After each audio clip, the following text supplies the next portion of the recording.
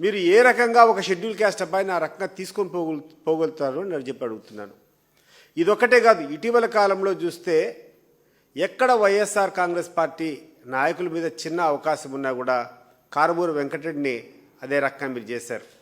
ఎక్కడో అనంతపూర్ మీద కంప్లైంట్ ఇచ్చినారు, అతను హైదరాబాద్లో ఉంటే ఆగమేఘాల మీద పోయినారు, తీసుకొని వచ్చినారు, మళ్ళా కోర్టులో చీవాట్లు పెడితే మీరు ఆయన వదిలిపెట్టి పంపించారు.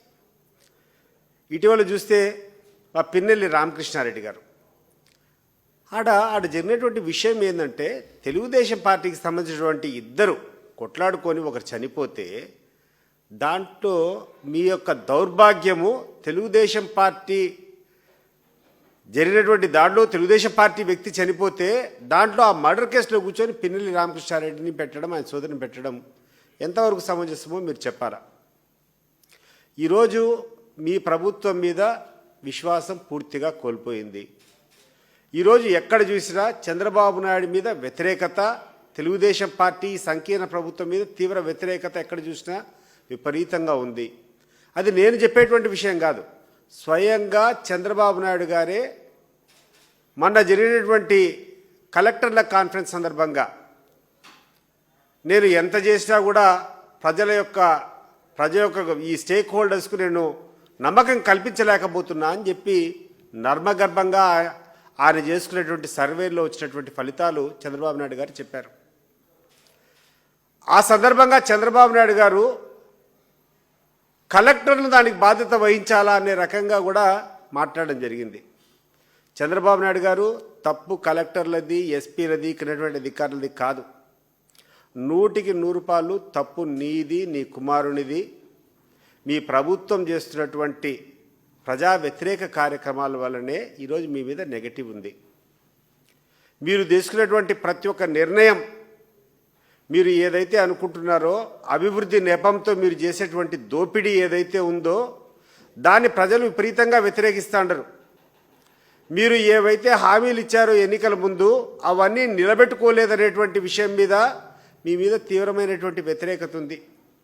మీ పార్టీ కార్యకర్తలు చేస్తున్నటువంటి దౌర్జన్యాలు, మీ పార్టీ కార్యకర్తలు చేస్తున్నటువంటి దోపిడీలు చూసిన తర్వాత దాని మీద తీవ్ర వ్యతిరేకత ఉంది. దాన్ని మీరు అంగీకరించకుండా కలెక్టర్ మీదనో ఎస్పీ మీదనో కూర్చొని మీరు సరిగ్గా పని చేయడం లేకపోవడం వల్ల మాకు అప్రతిష్ట వచ్చిందో, లేకుండా అంటే మా పార్టీకి మైలేజ్ లేదని చెప్పి మాట్లాడడం విడ్డూరంగా ఉంది. మీరు ఒకసారి అనలైజ్ చేసుకోండి, మీకు అనుభవం ఉంది. మీరు చెప్పింది 100కి 100 వాస్తవం చంద్రబాబు నాయుడు గారు. ప్రజల్లో మీ మీద ఎటువంటి విశ్వాసం లేదని మీరు అంగీకరించినటువంటి విషయం వాస్తవం. మీ సర్వేలు కాదు, ఎవరు చేసినా కూడా ఎక్కడ ఆంధ్ర రాష్ట్రంలో పోయినా ప్రతి ఒక్కరూ చర్చించుకునేటువంటి విషయం ఇదే. దీనికి కారణం మీ యొక్క వైఫల్యం, మీరు తీసుకునేటువంటి నిర్ణయాలు. మీరు ప్రభుత్వ కళాశాల తీసుకొని మీరు కారు చౌకగా అక్కడనేటువంటి కొంతమందికి అప్పగించాలా పీపీపీ మోడ్లో అని చేసేటువంటి విషయము ఏ రకంగా మీరు చెప్తారు? ఇప్పటికి దాదాపు 5,000 కోట్లు ఖర్చు పెట్టినారు. ప్రభుత్వ స్థలం కొన్ని వేల ఎకరాలు, ఒక్కొక్క ఎకరా కోట్లలో పోతుంది. దాన్ని తీసుకొని 99 పైసలకు మీరు కూర్చొని ప్రైవేట్ వ్యక్తులకు అప్పజెప్పడం, ప్రైవేట్ కళాశాలకు అప్పజెప్పిన తర్వాత రాబోయే 2 సంవత్సరాల వరకు అయ్యేటువంటి జీతాల ఖర్చు అంతా కూడా మేమే, ప్రభుత్వమే భరిస్తుంది, లాభాలు మాత్రం మీరు తినండి అంటే ప్రజలు ఏమైనా పిచ్చోళ్ళు అనుకున్నారా చంద్రబాబు నాయుడు గారు? మీరు ఆ రకంగా దోపిడీ చేసి ప్రైవేట్ వ్యక్తులకు ఇచ్చి బ్యాక్డోర్ టేబుల్ కింద మీరు చేసేటువంటి వసూళ్ళు ప్రజలకు అర్థం కాదనుకుంటున్నారా? మీరు విశాఖపట్నంలో పెద్ద పెద్ద సంస్థలు, ఎవరికన్నా పేదోనికి 4 సెంట్లు భూమి ఇచ్చినామో, 2 సెంట్లు భూమి ఇచ్చినామో, లేకుంటే ఒక విద్యాసంస్థకి ఏదైనా 1 ఎకరా, అర్ధ ఎకరా భూమి ఇచ్చినామంటే ఎవరైనా ఏమని అనుకుంటారు? ఈ ప్రపంచాన్నే శాసించేంత ధనమున్నటువంటి వ్యక్తులకు నీ యొక్క దానగుణం అవసరమా?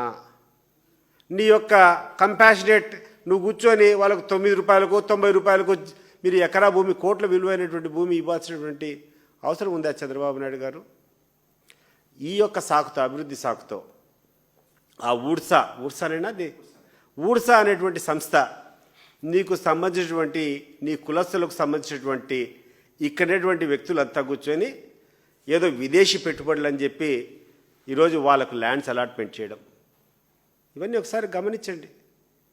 ఏ రకంగా మీరు నిర్ణయాలు తీసుకుంటారు, ఏ రకంగా మీరు ప్రభుత్వానికి సంబంధించినటువంటి ఆస్తులంతా ప్రైవేట్లకు లేకుంటే మీకు కావాల్సినటువంటి వ్యక్తులకు కారు చౌకగా అప్పగిస్తున్నారు.